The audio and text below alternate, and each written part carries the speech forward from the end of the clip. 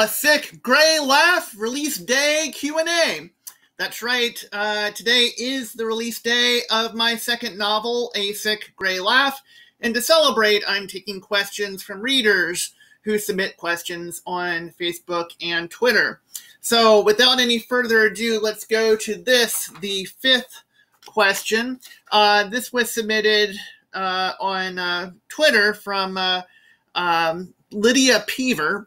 And this is a paraphrase of the question, of course. It's basically covering the topic of, is A Sick Gray Laugh similar to my previous books, or is it a departure?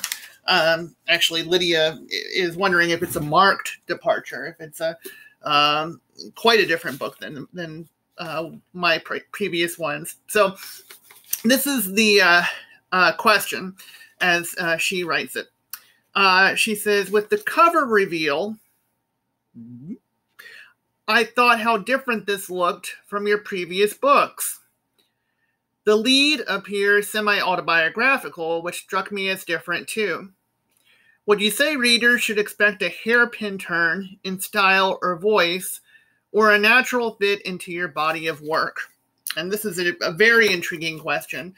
And in some ways, it's difficult for me to answer this question, and probably the reviewers are the better folks to answer this question, because I can only tell you what I think about it. But here's what I think.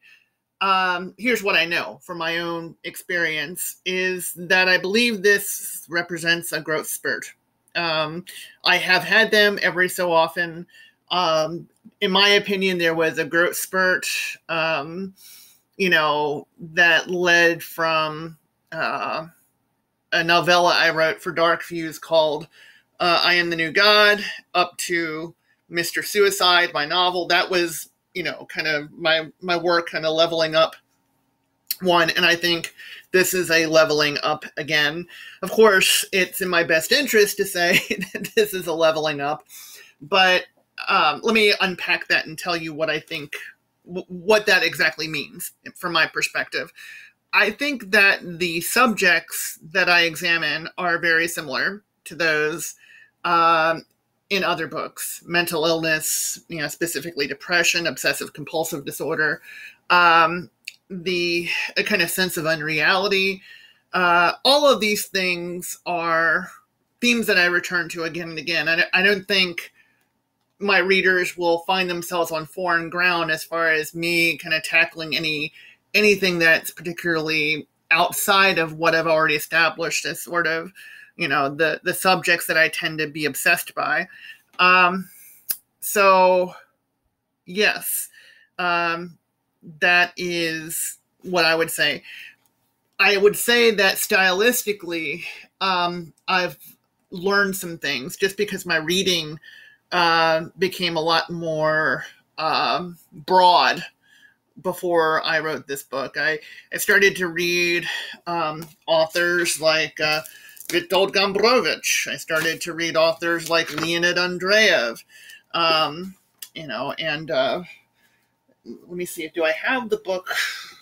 There's a book written by Milan Kundera called The Art of the Novel. And that was really, really influential, too. And so there's this dark humor that, darkness, Gombrowicz and Kundera in particular have this kind of dark humor, this kind of playful darkness that really is super, super, super dark, but also fairly playful, and sometimes going into the territory of the absurd, but not always. And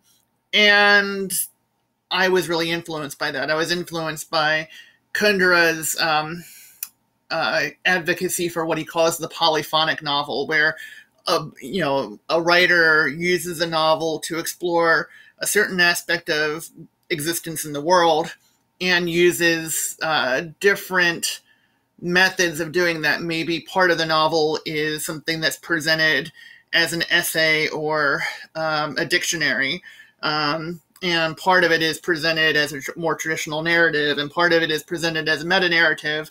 But there's something in terms of the themes that makes the work coalesce into one. And that was what I was going for with A Sick Gray Laugh. So I think, my tool chest, basically, my toolbox basically increased quite a bit. And as a result, I think I was able to try some new things, metafiction in particular, but other stylistic things too.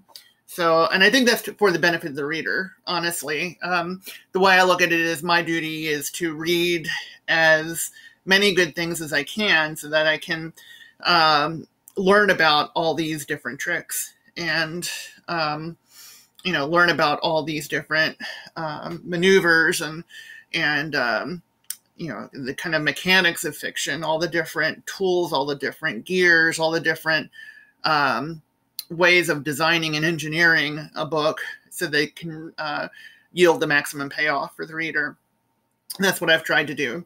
So that is honestly the best answer I can give, the most honest answer I can give. Read the folks who have reviewed the book. I would say that's another way to look at it.